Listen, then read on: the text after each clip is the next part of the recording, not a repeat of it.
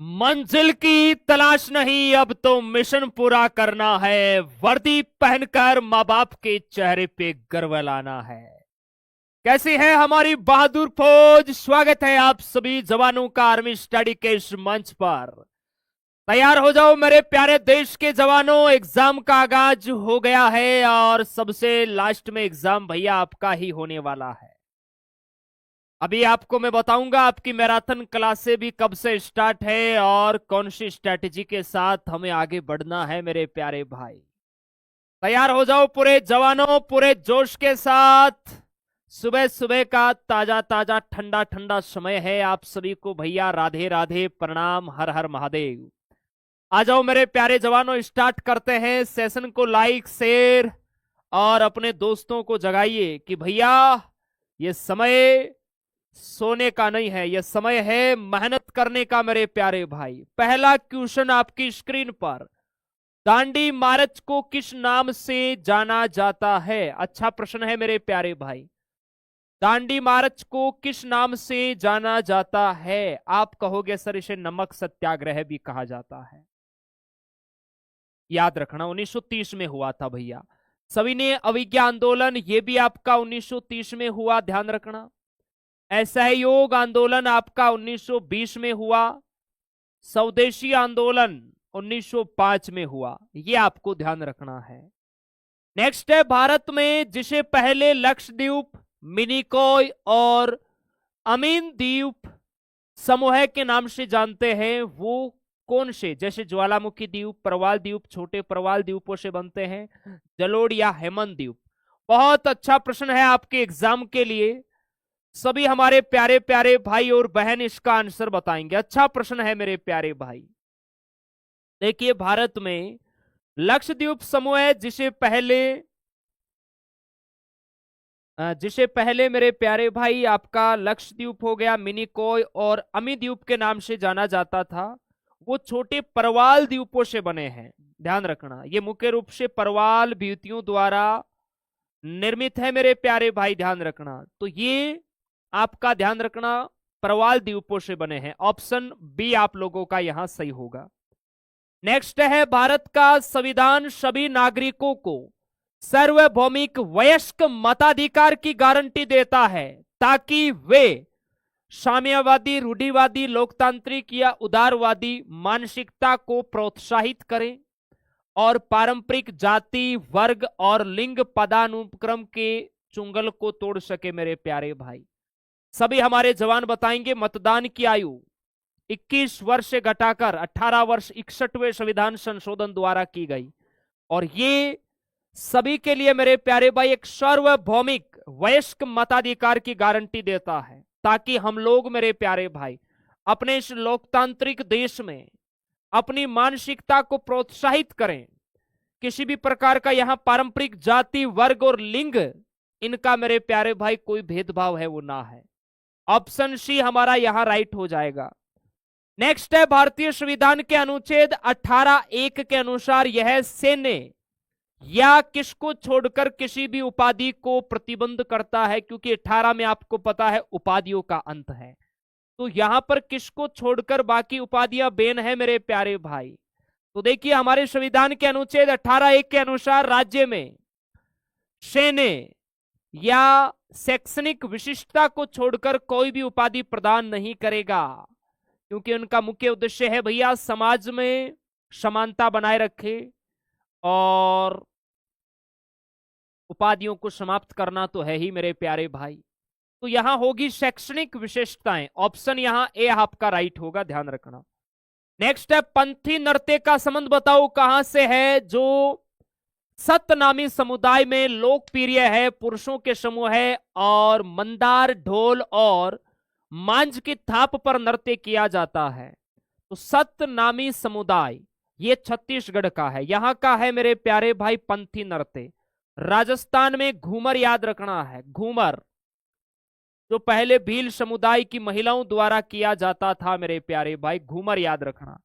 उड़ीसा में मयूरभंज छऊ आपको याद रखना है, मयूरभंज छऊ। पश्चिम बंगाल में मेरे प्यारे भाई पुरलिया छऊ याद रखना है। पुरलिया छऊ। ओके, चलिए 2025 में इनमें से कौन सा देश आधिकारिक मेरे प्यारे भाई तौर पर ब्रिक्स का पूर्ण सदस्य है वो बन गया? बहुत बढ़िया प्रश्न है, बताओ। ब्रिक्स का पूर्ण सदस्य बन गया जिसे दक्षिण पूर्व एशिया और वैश्विक दक्षिण में समूह का प्रतिनिधित्व मजबूत किया, तो वो इंडोनेशिया है मेरे प्यारे भाई। इंडोनेशिया, बहुत अच्छा और इंपोर्टेंट प्रश्न है।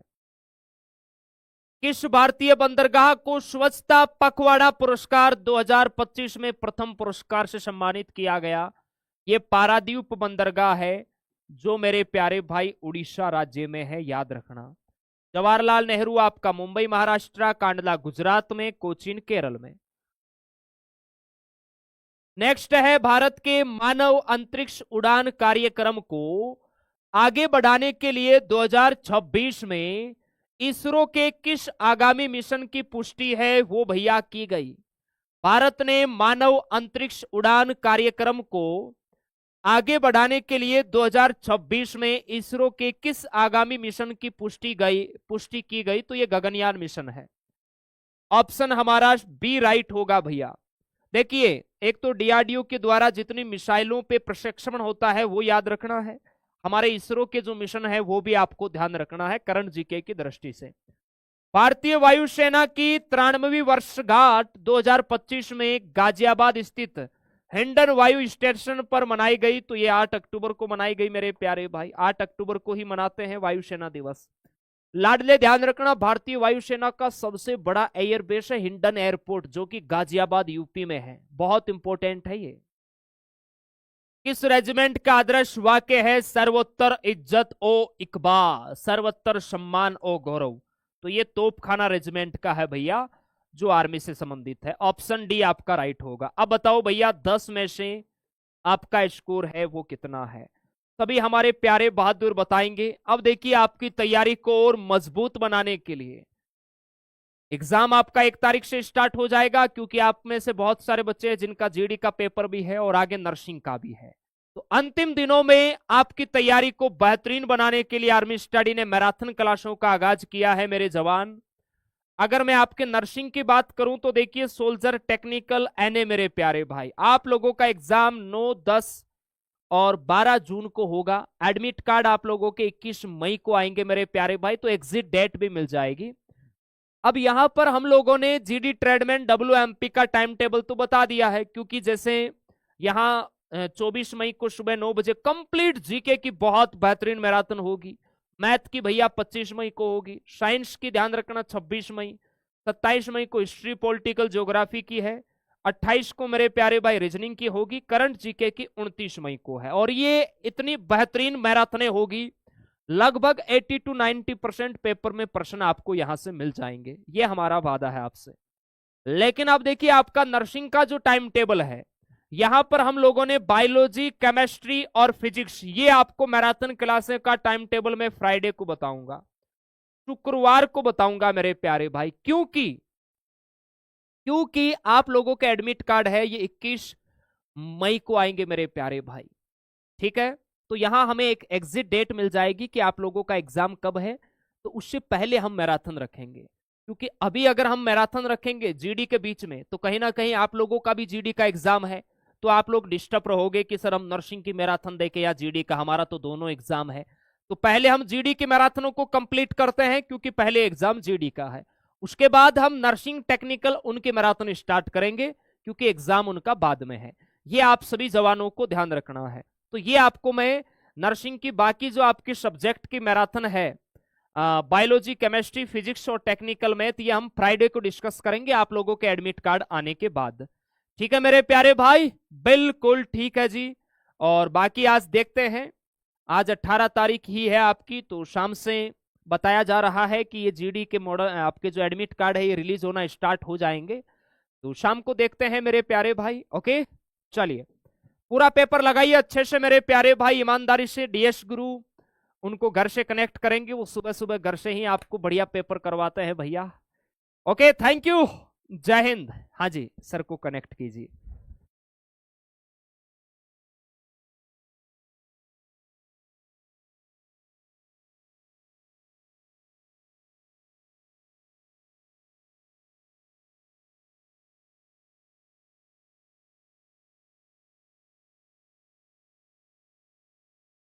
जय हिंद, नमस्कार सभी दोस्तों का एक बार फिर से स्वागत आर्मी स्टडी के इस दमदार यूट्यूब प्लेटफॉर्म पर आप सभी का स्वागत। उम्मीद आशा है सभी अच्छे होंगे, मस्त होंगे और जबरदस्त तैयारी में आप लोग जुटे हुए होंगे।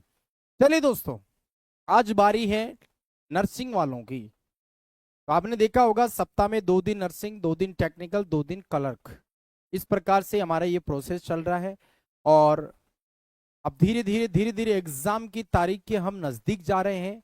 वैसे वैसे सबकी दिल की धड़कनें तेज हो रही है और होती भी है, लेकिन तैयारी जिसकी दमदार है, मस्त रही है, सिलेक्शन उसका पक्का ही होगा। दोस्तों देखिए, ओरिजिनल पेपर में आपको आज ओवर करवाने वाला हूं। इसमें किस तरीके के सवाल है वो आप देखिए, और उस प्रकार से हम आगे मैराथन जो आएगी उसके अंदर मैं उसी के अकॉर्डिंग आपके क्वेश्चंस लेने वाला हूं। आइए फिर बिना देरी के हम चलते हैं। पहला क्वेश्चन, एक छात्र एक वस्तु को उत्तल लेंस की फोकस दूरी दोगुने के बराबर दूरी पर रखता है। देखो यहां आपको कंफर्म करना है पहले, लेंस कौन सा है, उत्तल है। उत्तल लेंस कंफर्म हो जाता है तो आप कहोगे सर उत्तल लेंस कंफर्म क्यों किया? क्योंकि सर उत्तल लेंस में u का मान माइनस में लेना है, बाकी प्लस में आता है। तो फोकस दूरी के दोगुने, अब फोकस दूरी आपको कितनी दे रखी है, 15। तो मतलब f का मान 15 है तो प्लस में लेते हैं इसकी 15 सेंटीमीटर। उत्तल लेंस है तो प्लस में, अवतल होगा तो माइनस में। अब आ जाओ, एक वस्तु को फोकस से डबल दूरी पे रखता है तो u का मान आपको दे रखा है, u माइनस में लेना है।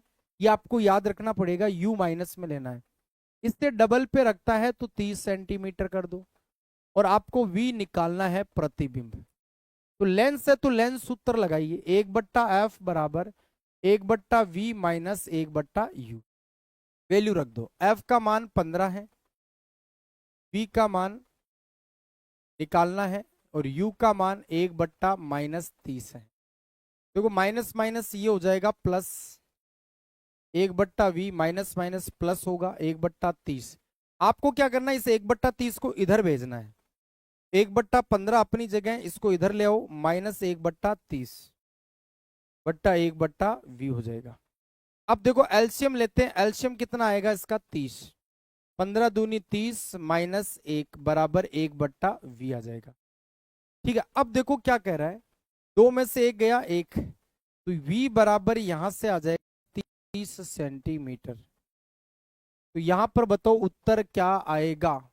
लेंस के एक ही तरफ 30 सेंटीमीटर की दूरी पर, लेंस के विपरीत दिशा में 30 सेंटीमीटर की दूरी पर। अब बताओ, हमारे पास 2 ऑप्शन आ गए, लेकिन हमें चूज करना है। 30 सेंटीमीटर तो हम ले आए दोस्तों, लेकिन अपन को ये बताना है उत्तर अब आएगा कहां पे। तो लेंस क्या आप जानते हो दोस्तों, एक तरफ क्या होती है, पॉलिश होती है। लेंस के एक तरफ क्या होती है, पॉलिश होती है, ध्यान रखना है। तो बताइए कौन सा उत्तर सही होगा इसका। तो यहां पर दोस्तों देखो, लेंस के पॉलिश होती है कि नहीं होती है, नहीं होती है। दर्पण की पॉलिश होती है, लेंस की एक तरफ पॉलिश नहीं होती है ना। तो ये लेंस के दूसरी साइड जाएगा। उत्तर अपन को ध्यान रखना है, अगर दर्पण होता तो इसकी तरफ ही आ जाता, ये दूसरी ओर जाएगा, ये ध्यान रखना है। तो यहां पर सी वाला ऑप्शन एकदम राइट होगा जी। चलिए, किसी चुंबकीय क्षेत्र में किसी भी बिंदु पर उसकी दिशा किसकी दिशा द्वारा निर्धारित होती है।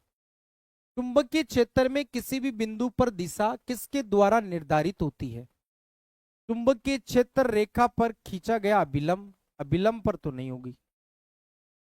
चुंबकीय क्षेत्र रेखा के लंबवत, लंबवत भी नहीं होगा। चुंबकीय क्षेत्र रेखा की लंबाई नहीं। ऑप्शन नंबर डी ही सही होगा। उस बिंदु पर चुंबकीय क्षेत्र रेखा की स्पर्श रेखा पर, किसी चुंबकीय क्षेत्र में किसी भी बिंदु पर उसकी डायरेक्शन चुंबकीय क्षेत्र रेखा की स्पर्श रेखा पर उससे निर्धारित करेंगे हम। तो यहां पर डी वाला ऑप्शन सही होगा। तो 5 सवाल आपके किसके हैं, फिजिक्स के हैं। देखो चुंबक का सवाल आया है, दर्पण लेंस का भी आया है। न्यूटन की गति के दूसरे नियम के अनुसार किसी भी वस्तु का त्वरण बल द्रव्यमान पर निर्भर करता है। द्रव्यमान पर और बल पे निर्भर करता है कौन, त्वरण। निम्न में किसका किसी भी पिंड में उत्पन्न त्वरण पर कोई प्रभाव नहीं पड़ता। भाई दूसरा नियम जानते हैं, बल का, त्वरण का, संवेग का नियम है। तो त्वरण बल और द्रव्यमान पर निर्भर करता है। भाई त्वरण है ए होता है और बल एफ होता है, द्रव्यमान एम होता है। त्वरण इन दोनों के ऊपर निर्भर कर रहा है। तो किसका प्रभाव नहीं पड़ेगा? वस्तु के आकार, दिशा जिसमें बल लगाया गया। भाई बल पे तो देखो निर्भर कर ही रहा है, द्रव्यमान पे भी कर रहा है, और बल का है परिमाण तो उस पे भी करेगा, वस्तु के आकार पर निर्भर नहीं करेगा। भाई वो खुद ही कह रहा है कि बल और द्रव्यमान पर तो डिपेंड करेगा, तो बल और द्रव्यमान पर तो करेगा, वस्तु के आकार पर निर्भर नहीं करेगा। चलिए, जब ध्वनि किसी अवरोध के चारों ओर से गुजरने या किसी छिद्र से होकर गुजरने के बाद फैलती है तो उसको क्या कहते हैं? विवर्तन, अवशोषण, परावर्तन, अपवर्तन। तो देखो ये क्या कह रहा है, अवरोध से टकराकर चारों तरफ फैलना, ये विवर्तन का एग्जाम्पल होता है। परावर्तन तो होगा नहीं, टकरा के वापस आना, ये परावर्तन होता है। अपवर्तन तो दो माध्यम हो तब अभिलंब की तरफ झुकना, अभिलंब से दूर जाना, वो हो जाता है। चलिए, तो अपन बात करते हैं इसके अंदर, आगे की बात करते हैं।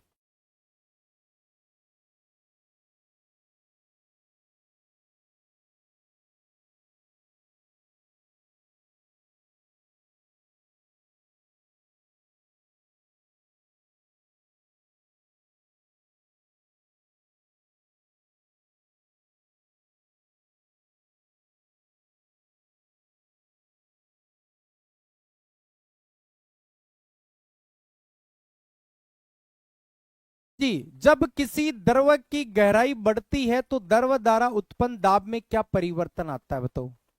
अब देखो इसने आपको इनडायरेक्टली पूछा है, जैसे जैसे नीचे जाते हैं तो दाब बढ़ता है दोस्तों।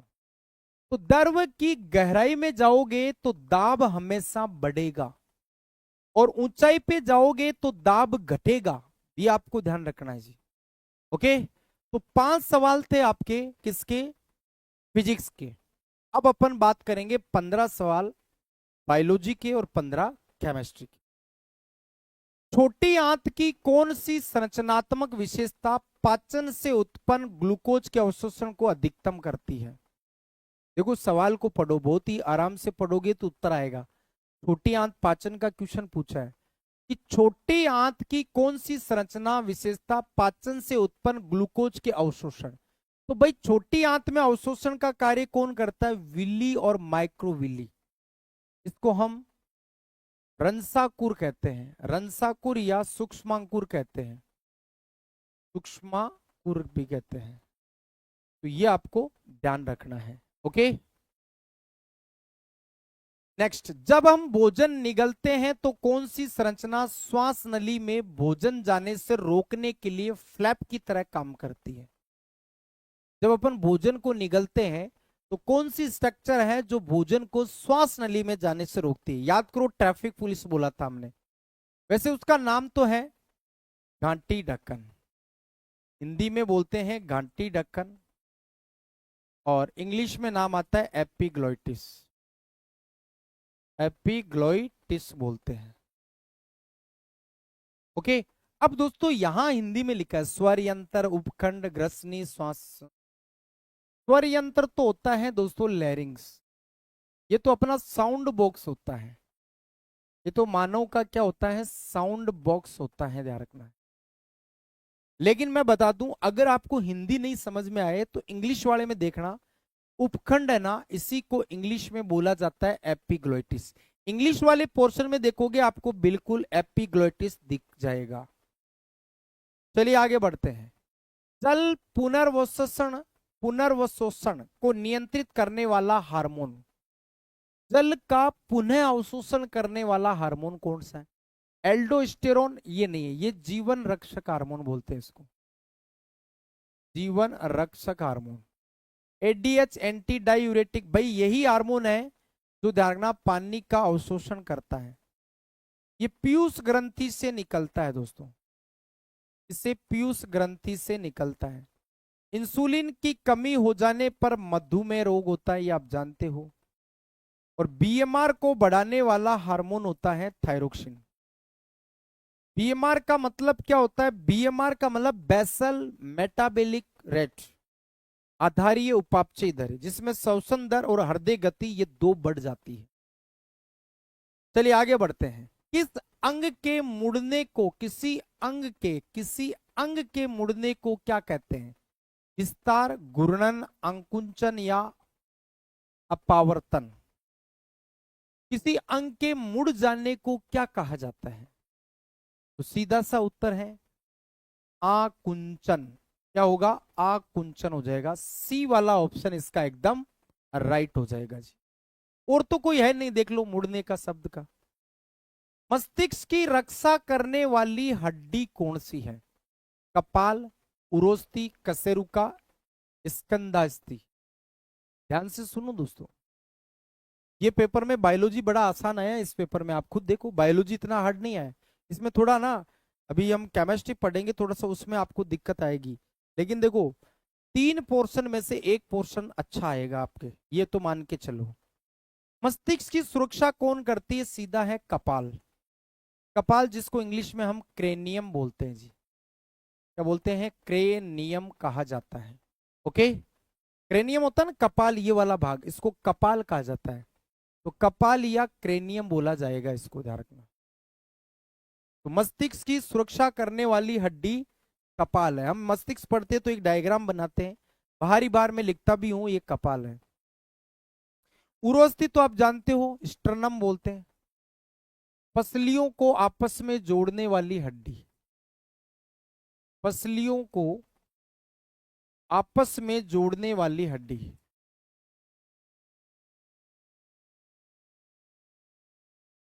पसलियों को आपस में जोड़ने वाली हड्डी का नाम उरोस्थि होता है। कशेरुका, स्कंधास्थि, ये कंधे वाली स्केपुला होती है। मस्तिष्क और रीढ़ की हड्डी विशेष आवरण परतों द्वारा सुरक्षित है। इन सुरक्षात्मक झिल्लियों को क्या कहा जाता है? नेफ्रॉन, मस्तिष्क आवरण, माइलिन आवरण या नाड़ी ग्रंथि? बताओ देखिए। मस्तिष्क और रीढ़ की हड्डी विशेष आवरण परतों द्वारा ढकी रहती है, इसको हम क्या कहेंगे? ये आपको उत्तर देना है। बताओ देखिए, ब्रेन और हमारी रीढ़ की हड्डी जो है वो जिससे ढकी है उसको हम क्या कहेंगे, ये आपको बताना है। फटाफट दीजिए। देखो, नेफ्रॉन तो नहीं होगा। क्यों नहीं होगा भाई नेफ्रॉन?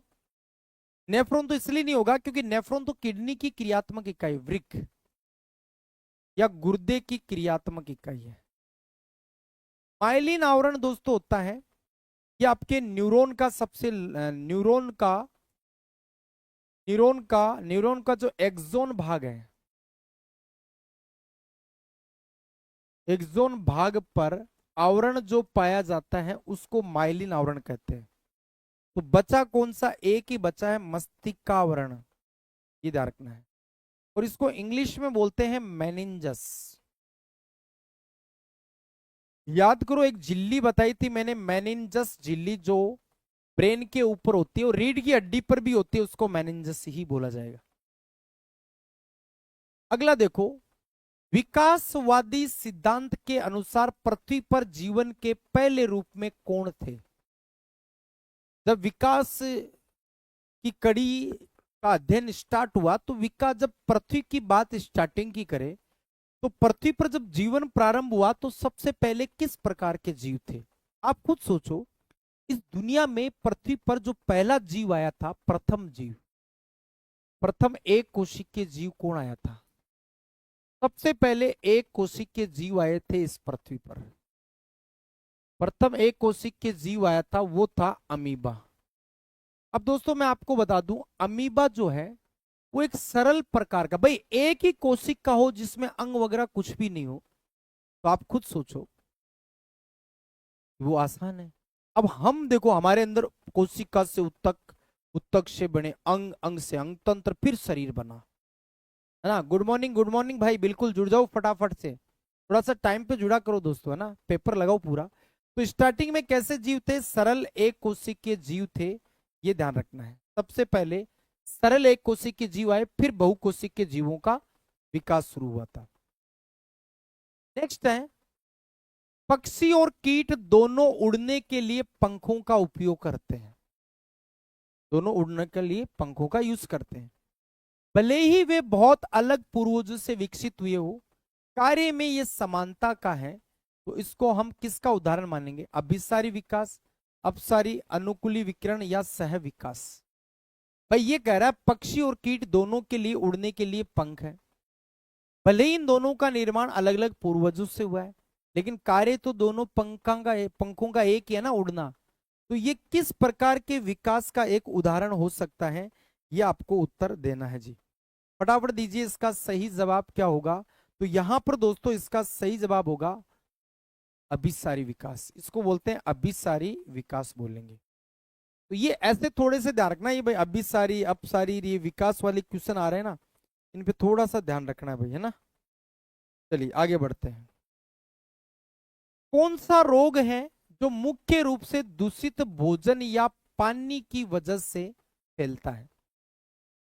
याद रखना, जल जनित रोग या दूषित जल या भोजन से जो बीमारी होती है वो बताइए। मलेरिया, क्षय रोग, इन्फ्लुएंजा, टाइफाइड। देखो मलेरिया तो मच्छर से काटने से होता है। क्षय रोग होता है टीबी, और टीबी होती है वायु जनित रोग, ये वायु से है। इन्फ्लुएंजा ये भी वायु से फैलता है। बचा कौन? टाइफाइड। ये ध्यान रखना, टाइफाइड जिसको मियादी बुखार कहते हैं हम, मियादी बुखार, जिसको हम आंतरिक बुखार भी कहते हैं, जिसको हम मोती झरा भी कहते हैं, जिसको हम पानी झरा भी कहते हैं। ये ध्यान रखना है। ओके, नेक्स्ट देखो, मवेशियों के कृत्रिम गर्भाधान उपयोगी है क्योंकि यह, भाई हम पशु रखते हैं घर में तो उनका कृत्रिम गर्भाधान करवाते हैं। देखा होगा डॉक्टर आता है एक इंजेक्शन सा लगाता है, देखा होगा सुई सी होती है उसमें वीर्य इकट्ठा होता है, उस प्रजाति के वीर्य को उसमें इंजेक्ट करवाता है।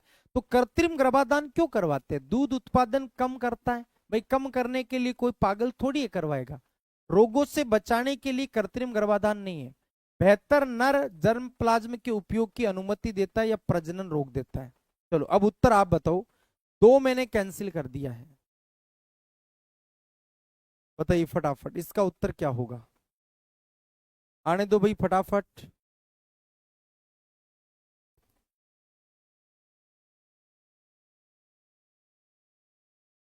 अब तो उत्तर सारों के आगे भैया ना, दो कैंसिल करते हैं सबके आगे, नहीं तो फिर रोग बचाने वाला जरूर करते आप।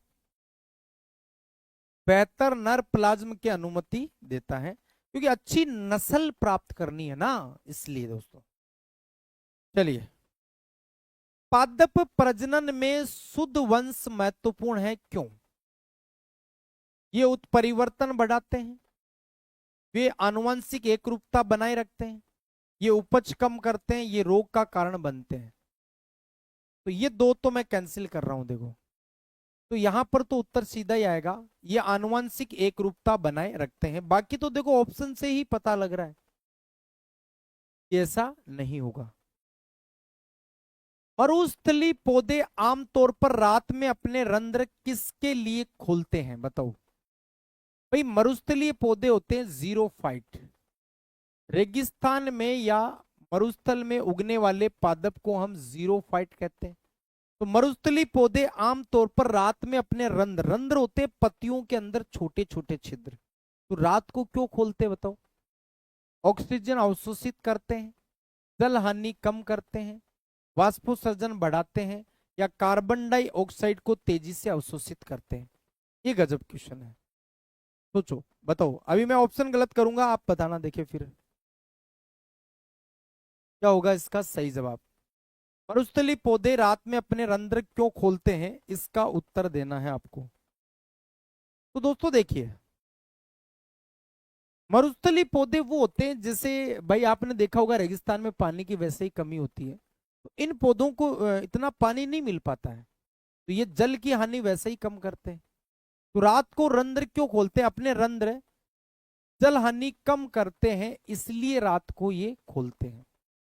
क्योंकि दिन में खोलेंगे नहीं, जल की हानि ये करते नहीं है, रात को वैसे वाष्पोत्सर्जन होगा नहीं, तो ये रात को रंध्र खोल देते हैं ताकि जल की हानि कम हो, क्योंकि इनको वैसे भी पानी कम ही प्राप्त होता है। किसी भी खाद्य श्रृंखला में ऊर्जा पौधों से शीर्ष जानवरों तक जाने पर, भाई ये तो आपको पता ही है, पेड़ पौधे मतलब उत्पादक से शीर्ष तक जाती है ऊर्जा, प्रत्येक चरण में घटती जाती है, क्योंकि 10% ऊर्जा जा रही है एक से एक में। इस कारण कौन सा पारिस्थितिकी पिरामिड हमेशा सीधा रहता है? ये लो जी, 3 पिरामिड पढ़े हैं। कौन से पिरामिड है जो हमेशा सीधे रहेंगे? तो हमेशा जो सीधे रहेंगे वो होंगे दोस्तों ऊर्जा के पिरामिड। कौन से पिरामिड होंगे? ऊर्जा के पिरामिड होंगे, ये आपको ध्यान रखना है। एक निश्चित क्षेत्र में विभिन्न प्रजातियों की संख्या गिनने से किसको मापने में मदद मिलती है? प्रजाति की समृद्धि, प्रजाति की विविधता, प्रजाति की बहुतायत, प्रजाति समरूपता।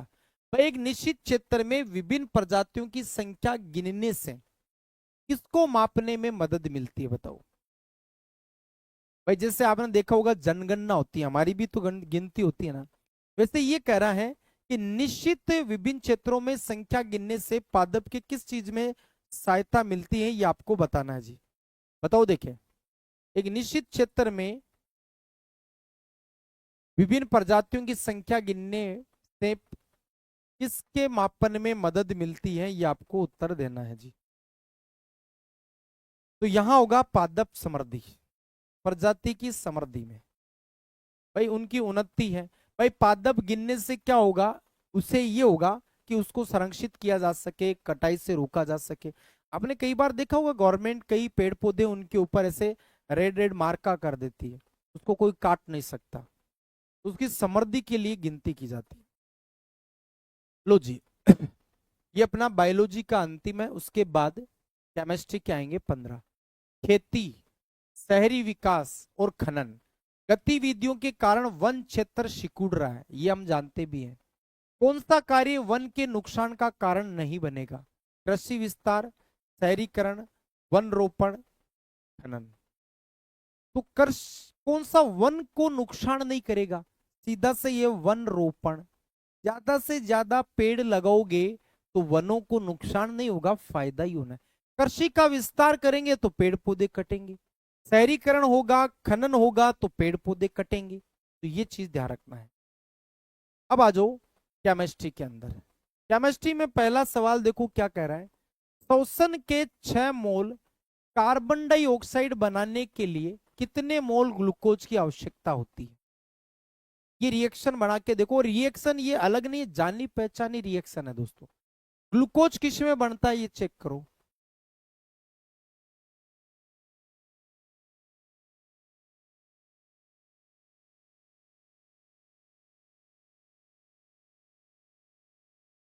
बताओ देखिए। अब देखो मैं बनाता हूं, 6 mole carbon dioxide, 6 mole carbon dioxide बनाने के लिए कितने मोल ग्लूकोज की आवश्यकता है?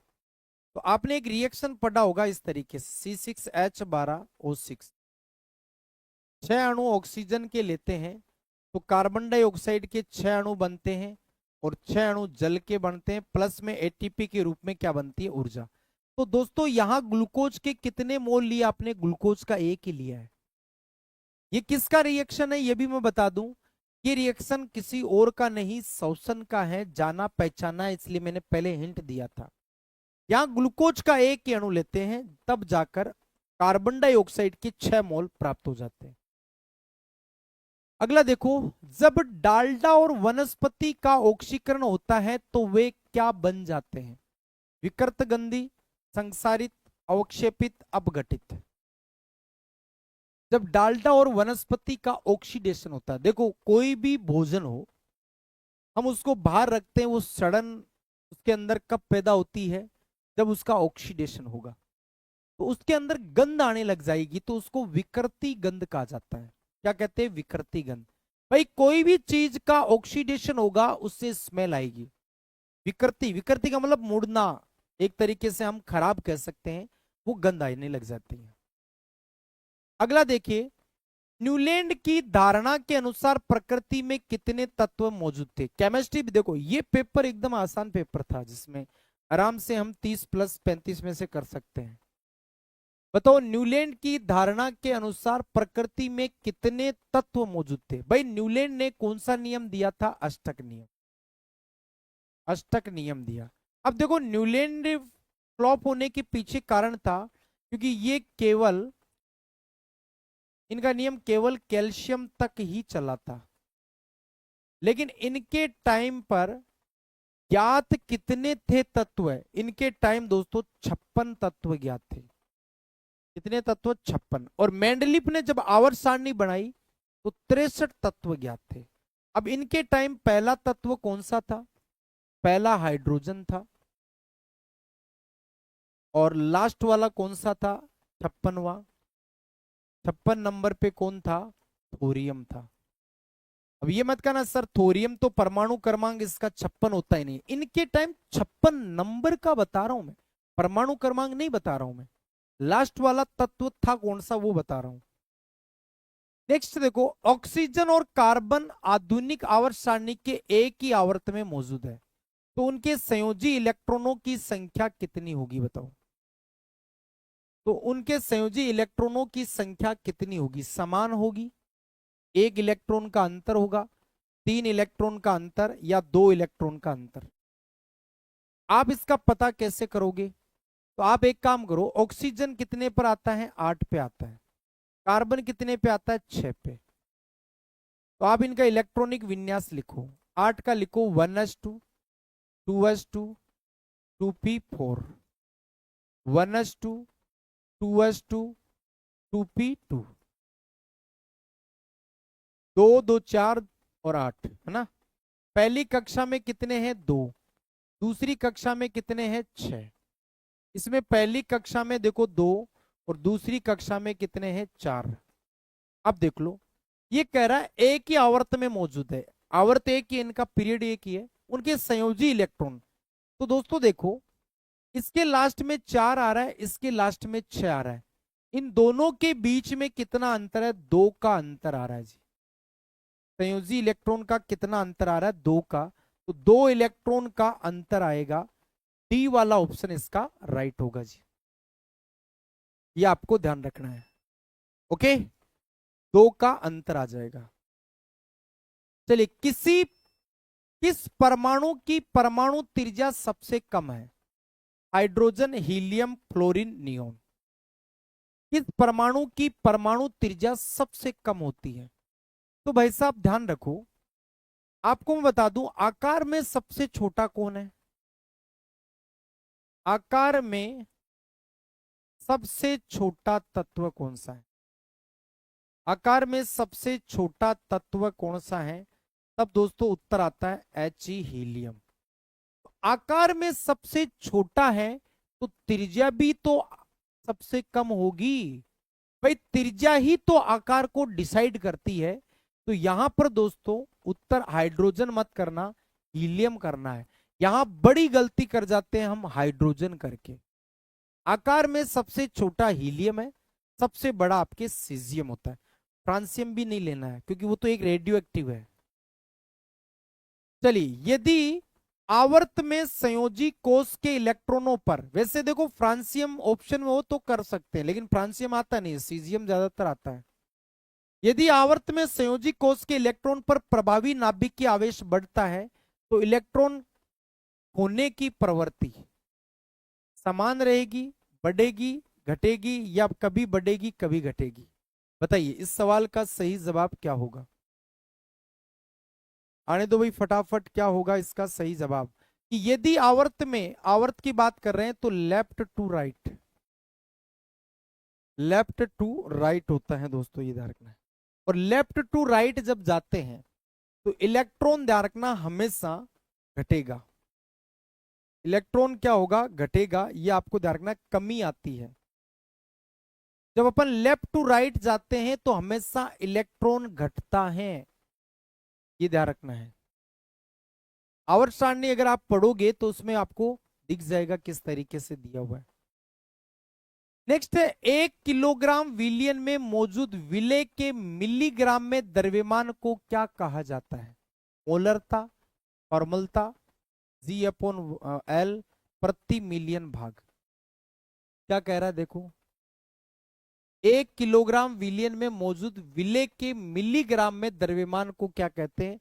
तो भाई देखो सवाल क्या कर रहा है, विलेय के मिलीग्राम में द्रव्यमान को, उसको प्रति मिलियन भाग कहेंगे। क्या कहेंगे? प्रति मिलियन। मोलरता नहीं होगा, मोलरता भार बट्टा अणुभार उस तरीके से आएगा, नहीं तो नहीं आएगा इसमें। यदि हम किसी रासायनिक अभिक्रिया में सभी अभिकारक और उत्पाद को ध्यान में रखें तो किसी भी बंद प्रणाली में किसी भी समय कुल द्रव्यमान क्या रहेगा? ये रिएक्शन का पूछ रहा है। और याद करो इसमें एक नियम लेवोशियर वाला, लेवोशियर ने एक नियम दिया था दोस्तों, द्रव्यमान संरक्षण का नियम, द्रव्यमान संरक्षण का नियम दिया था। और द्रव्यमान संरक्षण का नियम कहता है कि अभिकारक और उत्पाद दोनों साइड मास क्या होना चाहिए? बराबर। द्रव्यमान क्या होना चाहिए? बराबर होना चाहिए, तब जाकर वो रिएक्शन बैलेंस स्थिति में मानी जाती है। तो यहां पर ऑप्शन कौन सा सही होगा? पहला होगा यार। चलिए आगे बढ़ते हैं। भोजन का खराब होना किसका परिणाम है? जल योजन, अपचयन, ऑक्सीकरण, हाइड्रोजनीकरण। अभी थोड़ी देर पहले एक सवाल आया था जिसका हमने उत्तर दिया था विकृति गंध। तो मुझे बताओ भोजन खराब कब होगा? ये मैंने आपको हिंट दिया था, बताओ देखिए क्या होगा इसका सही जवाब।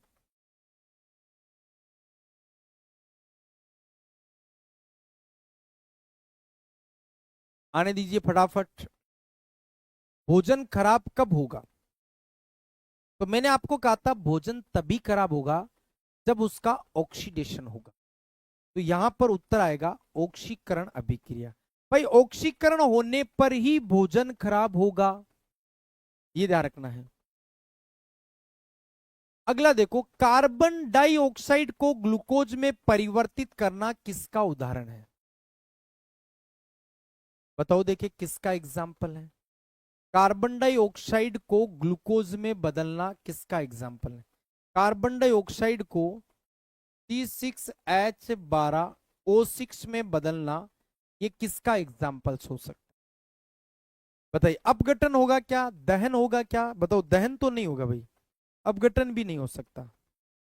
आपको कह रहा है कार्बन डाइऑक्साइड को किस में बदलना है? ग्लूकोज में। अपचयन, ऑक्सीकरण, दहन या अपघटन? बताइए क्या होगा।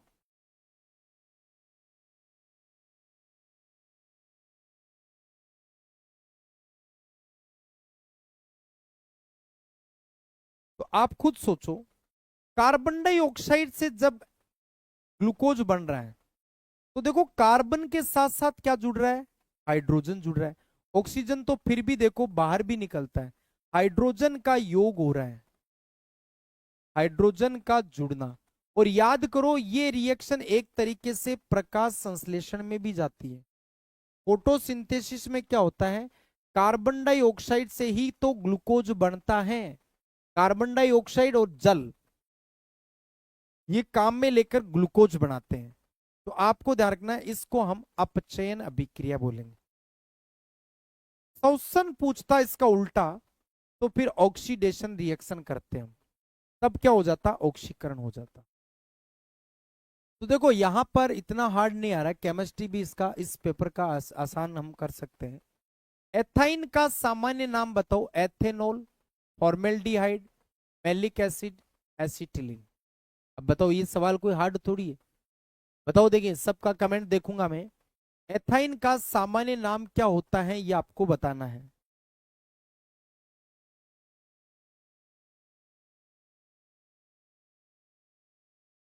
देखो इसको तोड़ के लिखो। एथ प्लस आइन, एथ प्लस आइन। तो यहां से पता चला एस से कि कार्बन कितने हैं? 2। आयन का मतलब श्रेणी कौन सी है? एल्काइन। और एल्काइन में हाइड्रोजन कार्बन का डबल -2 होता है। तो कार्बन 2 है, हाइड्रोजन देखो कार्बन का डबल करो, डबल करो तो 4, 4 में से 2 घटाओ 2। ये दोस्तों एक गैस बनती है जिसका उपयोग कृत्रिम रूप से फलों को पकाने में करते हैं। तो याद कीजिए एथाइन को हम एसिटिलीन बोलते हैं। और एक आता है एथीन, एथीन को हम दोस्तों एथिलीन बोलते हैं। ये प्राकृतिक रूप से फल पकते हैं इससे। C2H4 इसका सूत्र होता है जी। चलिए, कार्बन का कौन सा अपरूप सबसे कठोर पदार्थ है? अब बताओ, ये क्वेश्चन हार्ड है क्या? ये पेपर तो आसान था भाई। ग्रेफाइट, हीरा, कोयला, फुलरीन। अब दोस्तों ये हमने नहीं बनाया, ये ओरिजिनल आपके साइट पे दे रखा वही पेपर है, तो इसलिए कह रहा हूं डरो मत। हमने तो इससे बेहतर पढ़े हैं दोस्तों, इन टॉपिकों को तो बहुत तगड़े तरीके से हमने कवर किया है। कार्बन का कौन सा अपरूप प्रकृति में सबसे कठोर पदार्थ के रूप में मिलता है? तो हीरा है, इसके अलावा तो कोई और है ही नहीं। कार्बन का स्थायी अपरूप पूछता अगर, स्थायी अपर रूप, तब आपके ग्रेफाइट। गुबंद जैसी संरचना वाला अपरूप तो आपके फुलरीन। यदि दो परमाणुओं की परमाणु संख्या भिन्न है तो वे एक दूसरे के क्या नहीं हो सकते? भाई परमाणु संख्या Z भिन्न हो तो बताओ क्या नहीं हो सकते? सम न्यूट्रॉनी तो हो सकते हैं, समबारिक भी हो सकते, समस्थानिक नहीं हो सकते। क्यों भाई समस्थानिक क्यों नहीं हो सकते? क्योंकि समस्थानिक में परमाणु संख्या समान होती है, द्रव्यमान संख्या अलग अलग होती है, ये समान होनी चाहिए। जबकि ये कह रहा परमाणु संख्या भिन्न हो, तो भिन्न होगी तो फिर ये नहीं होगा। फिर नेक्स्ट देखो, परमाणु को किसको बनाने के लिए इलेक्ट्रॉन और प्रोटॉन की संख्या होती है?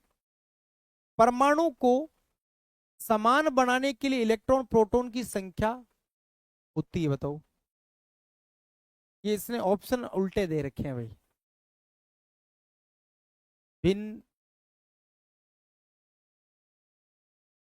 भाई भिन्न भिन्न ऋणात्मक उदासीन, ये तो हो ही नहीं सकता। परमाणु को समान बनाने के लिए प्रोटॉन और इलेक्ट्रॉन की संख्या उदासीन होती है। उदासीन बनाने के लिए, ये उल्टा पूछ रहा है, ये ऑप्शन उल्टे दे रखे हैं भाई। परमाणु को उदासीन बनाने के लिए प्रोटॉन इलेक्ट्रॉन की संख्या समान होनी चाहिए, ऐसा होना चाहिए। ऑप्शन तो ये सही है, लेकिन देखो पहले उदासीन दिया हुआ होना चाहिए, उसके बाद समान आना चाहिए। तो यहां पर यही कह रहा है इस सवाल में, उल्टा आप दे दिया तो हम क्या करें भाई, हमें उसमें थोड़ा सा ध्यान लगाना होगा। चलिए आज का अंतिम और लास्ट क्वेश्चन, नियोन का इलेक्ट्रॉनिक विन्यास क्या होगा? चलो ये लास्ट क्वेश्चन है, इसका निकालो, देखें निकाल के बताओ फटाफट क्या होगा इसका उत्तर। नियोन का इलेक्ट्रॉनिक विन्यास बताओ, देखिए क्या होगा। आपके सामने पड़ा है, इलेक्ट्रॉनिक विन्यास लिखना है जी। तो देखो सबसे पहले नियोन का परमाणु क्रमांक क्या होता है? 10। ठीक है, 10 को हम कैसे लिखें?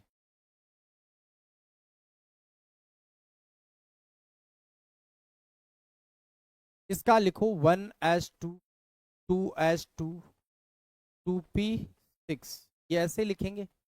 तो यहां पर देखो ये पहली कक्षा में है, देखो यहाँ KLM ये कक्षाओं के रूप में लिख रखे हैं दोस्तों। तो ये पहली कक्षा में 2 है और दूसरी कक्षा में कितने हैं? 8 है। तो पहली कक्षा क्या होती है? K होती है, और दूसरी कक्षा क्या होती है? L होती है। तो पहली कक्षा में कितने हैं? 2 है, दूसरी कक्षा में 8 है।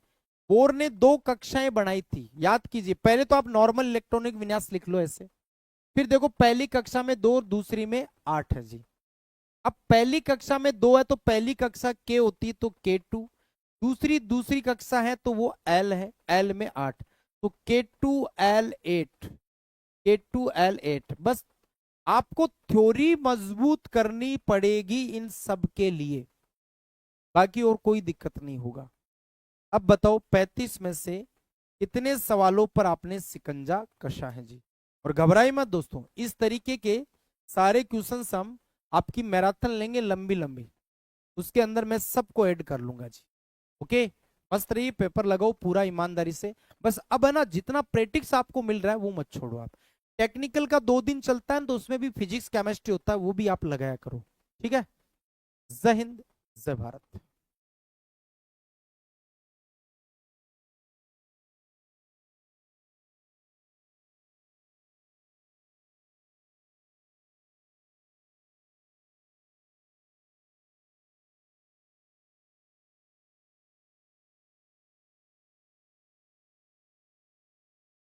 हेलो, नमस्कार, राधे राधे, जय श्री कृष्णा। क्या हालचाल आप सभी के, कैसे हैं मेरी फौज? उम्मीद है आप बड़े बेहतरीन, स्वस्थ, मस्त और ज़बरदस्त हैं। यस, फौजी आयुष भाई, अभिषेक भाई, राजा यादव भाई, सभी का हार्दिक स्वागत है। स्टार्ट करते हैं दोस्तों।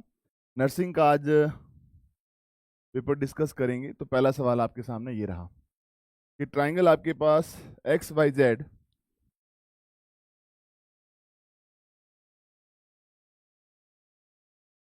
में वाई जेड के समांतर एक रेखाखंड एम एन खींचा गया, जहां एम एक्स वाई पर और एन एक्स जेड पर स्थित है।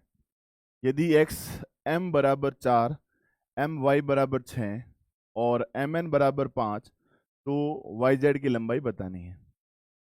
देखिए दोस्तों, एक समरूपता का रूल होता है, आप लोगों को पता होगा, आप लोगों ने पढ़ा है। तो नहीं पढ़ा तो मैं बताता हूँ। देखिए, ये एक्स, वाई और ये जेड है। वाई जेड के समांतर एक रेखाखंड है M N. M X Y पर है, यहाँ पर एक लाइन है एम, इसके समांतर है ये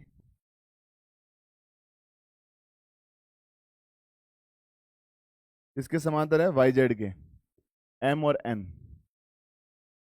ठीक है, बोलो यस सर। ये एक बहुत शानदार क्वेश्चन है, it is very tremendous question.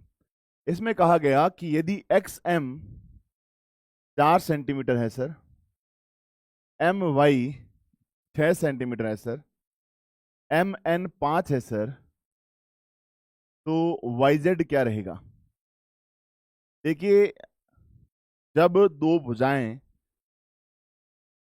त्रिभुज की एक बड़ी भुजा, उसके समांतर एक दूसरी जो भुजा है, वो अन्य दोनों त्रिभुज के मध्य बिंदु से काटते हुए, ये वाला जो है एम एन बराबर एम वन, एम एन बराबर एम एन जो है वो वाई जेड के समांतर है, और एम और एन जो है ना एक्स, इन दोनों की जो दो अन्य भुजाएं हैं उनके मध्य बिंदु है।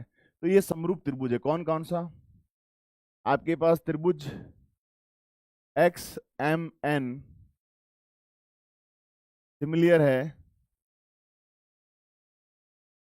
त्रिभुज एक्स वाई जेड के। तो मेरे भाई, इसमें एक फॉर्मूला बनता है कि एक्स एम बटा एक्स वाई रेशियो का फॉर्मूला, भुजाओं का अनुपात जो होता है, बराबर जो है एम एन बटा वाई जेड। और अगर आप इसमें ये भी कहना चाहो कि सर एक्स एन बटा एक्स जेड, बिल्कुल सही बात है। पर हमारा जो काम है ना मेरे भाई, वो यहाँ से सेटल डाउन हो जाएगा। सर कैसे? देखिए, एक्स एम हमको दे रखा है, कितना है? 4। ओके, आप बोलोगे सर एक्स वाई ये पूरा यहाँ से यहाँ तक, सर ये भी दे रखा है कि ये 6 है सर, ये पूरा जो है ना सर एक्स वाई, वो 6 + 4 कितना रहा सर? 10 रहा। एम एन कितना रहा? 5। वाई जेड आपको निकालना है सर। तो वाई जेड बराबर 5×50 बटा 4, मेरे प्यारे भाई 12.5 सेंटीमीटर। तो ज्योमेट्री का अच्छा क्वेश्चन है ये। ठीक है,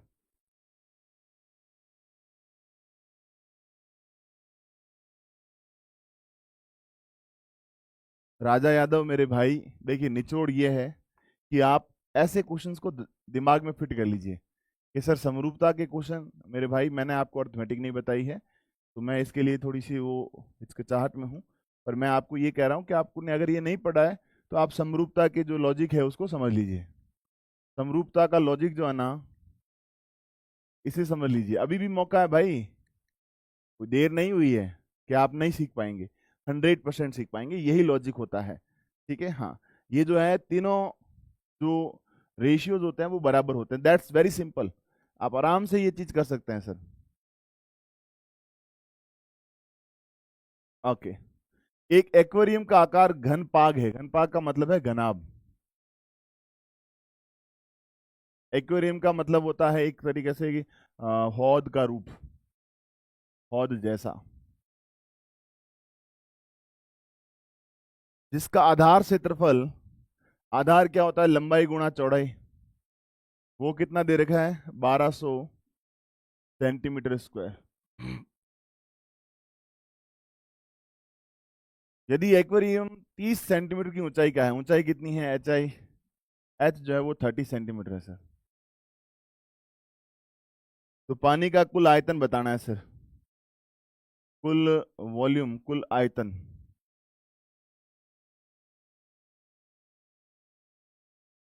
लंबाई गुणा चौड़ाई गुणा ऊंचाई, यही होता है कुल आयतन घनाभ का। कि राधे राधे मेरे प्यारे बच्चे बाल कृष्ण। तो आपने कहा सर 1200 गुणा 30, 1 2 और 3, 12 तिया कितना रहा 36 सेंटीमीटर स्क्वायर, 36,000 सेंटीमीटर स्क्वायर। गलत गलत गलत, राइट आंसर ए रहेगा। एक कस्बे में 60% परिवारों के पास कार है, 60% परिवार जो है उनके पास कार है। 30% परिवार ऐसे हैं जिनके पास कार और साइकिल दोनों है। मतलब देखिए, मैं पी ऑफ अगर मैं बोलूं पी ऑफ कार वाले व्यक्ति बोलूं तो सर वो 60% है। और अगर मैं बोलूं P of car intersection bicycle, या साइकिल कह देते हैं, सी साइकिल, कार और बाइसाइकिल कर देते हैं, बाइसिकल, साइकिल को बाइसिकल बोलते हैं, वो आपके पास कितना रहे 30%। क्या संभावना है, संभावना का मतलब है मेरे भाई प्रायिकता। क्वेश्चन में मैंने ये लाइन तो देख ली थी, प्रायिकता का सवाल है सर। देखिए ये अलग लेवल की क्वेश्चन है, इसको भी सीख लीजिए, ये भी बहुत अलग लेवल का पॉइंट है। वैसे मैं बता दूंगा इसको भी, है ना।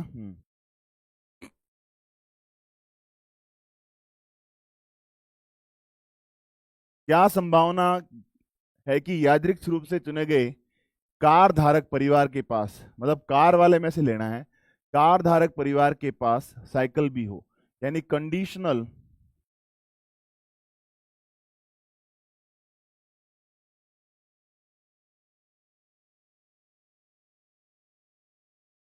क्वेश्चन है। इसे प्रतिबंध प्रतिबंध प्रायिकता का सवाल कहते हैं। प्रायिकता, प्रतिबंध प्रायिकता कहता है कि क्या संभावना है कि कार धारक परिवार के पास साइकिल भी है। मतलब कार वालों में से आपने साइकिल वाला चूज करना है, ठीक है। और आपके पास यहाँ पे इसका अब ये जो है ना, बेसिकली ये क्या है, ये आपके पास probability of bicycle upon car, ये वैल्यू आपसे पूछी जा रही है, ठीक है। तो ध्यान से सुनना, इसके लिए जो है जब आप ये चीज फाइंड आउट करने जाएंगे कि सर कार, ये शर्त है आपके पास, कार में से साइकिल वालों की आपने वैल्यू निकालनी है। तो कार वाले आपने यहाँ पे लिखा, और यहाँ पे जो है ना, ये कंडीशन आपने कहा पी ऑफ कार, और ये यहाँ पे P of car intersection bicycle. तो मेरे भाई आपके पास कार वाले कितना है सर 60% है, वेरी गुड। और दोनों कितना है सर 30% है, शाबाश लाला। यहाँ पे बस ये परसेंट से परसेंट 0 0 कट गया, 3/6 यानी 1/2 यानी 0.5, ये राइट आंसर रहेगा। रॉन्ग रॉन्ग रॉन्ग, ध्यान रखना, it is very nice question.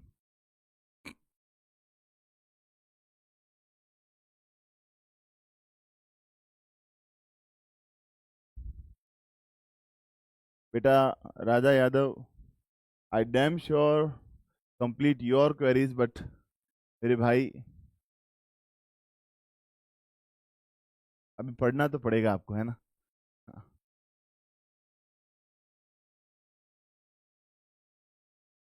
चलो आगे चलें क्या। यस सर, अगला क्वेश्चन देखिए। यस सुमित भाई, शाबाश, अलग ही लेवल का बंदा देखिए sine ten inverse 1 plus cos inverse 1/2। मेरे भाई आपको ये चीज तो पता होगी, टेन इनवर्स 1 का मतलब tan inverse tan 45, okay. Cos inverse 1/5 cos inverse cos 60 degree. तो यानी ये आपके पास साइन 45 प्लस 60 डिग्री रहा। अब आप कहेंगे सर ये तो बहुत अलग लेवल का क्वेश्चन हो गया, 100% अलग लेवल का क्वेश्चन है। अच्छा, इनका वैल्यू भी नहीं निकलता, 45 प्लस 60 105 का मान नहीं निकलता है। कोई बोलेगा 180 में से घटा दो सर, 180 में से 45 घटाओगे तो भी 105 नहीं आएगा। तो फिर यहाँ पे क्या लगाएंगे? तो मेरे भाई आप फॉर्मूला लगाइए साइन ए प्लस बी वाला। वो क्या होता है? Sign A cos B plus cos A sine B. यानी मेरे भाई आपने कहा साइन 45 गुणा कॉस 60 प्लस कॉस 45 और साइन 60। तो दोस्तों ये 1/√2 और ये आपके पास 1/2 प्लस ये आपके पास 1/√2 और ये आपके पास √3/2। तो दोस्तों 2√2 तो नीचे आया, ऊपर आया 1 प्लस √3। इसका यहाँ पे सॉल्यूशन करने के लिए आप एक सिंपल सा काम देखिए, ये करा ये करा। आप नीचे 2√2 के लिए परिमेयकरण करेंगे, ऊपर भी 2√2 से गुणा करो, नीचे भी 2√2 से गुणा करो। तो मल्टीप्लाई करेंगे, ऊपर 2√2 का 1 से गुणा होगा तो 2√2। अच्छा, 2√2 का इस √3 से गुणा होगा तो 2√6। ठीक है जी, ओके गुड। और या फिर मैं ऐसा देख सकता हूं कि सर मल्टीप्लाई किया तो यहाँ पे ये देखो, इस √2 से √2 से 2 काट दो आप एक बार के लिए। जब काटेंगे तो आपके पास क्या रहेगा? √2 प्लस √6। गुड। बटे में √2 आपके पास 2 2 दूनी कितना रहा? 4। तो 2 प्लस √6 बटा 11 4। खतरनाक सवाल लेकिन बहुत आसान है मेरे भाई। विकास भाई, इसको मैंने इस फॉर्मूले को इस प्रकार के क्वेश्चंस मैंने करवाए हैं। ये फॉर्मूला मेरे प्यारे भाई आपका 11th और 12th का जो है साइन ए प्लस बी वाला फॉर्मूला है, आराम से आप कर सकते हैं सर। ये भी मैंने करवाया है सर। एफ ऑफ एक्स आपके पास एक्स क्यूब प्लस 3 के x square plus 3x minus 1 पर विचार कीजिए। यदि अवकलन अवकलन भी होगा भाई, एफ ऑफ एक्स आपके पास एक्स क्यूब प्लस के x square plus 3x minus 1 है, तो D by D x F of x जो होता है वो एफ डैश एक्स होता है। ठीक है, तो वो आपके पास क्या रहेगा मेरे प्यारे भाई? ये 3x square plus 2kx plus 3 ये रहेगा का एक और केवल एक वास्तविक मूल है। यानी वास्तविक मूल व समान मूल, वास्तविक और कैसे है सर? समान है। ये कंडीशन आपको दे रखी है, जो आपके पास इक्वेशन मिली है उसके मूल वास्तविक व कैसे हैं? समान।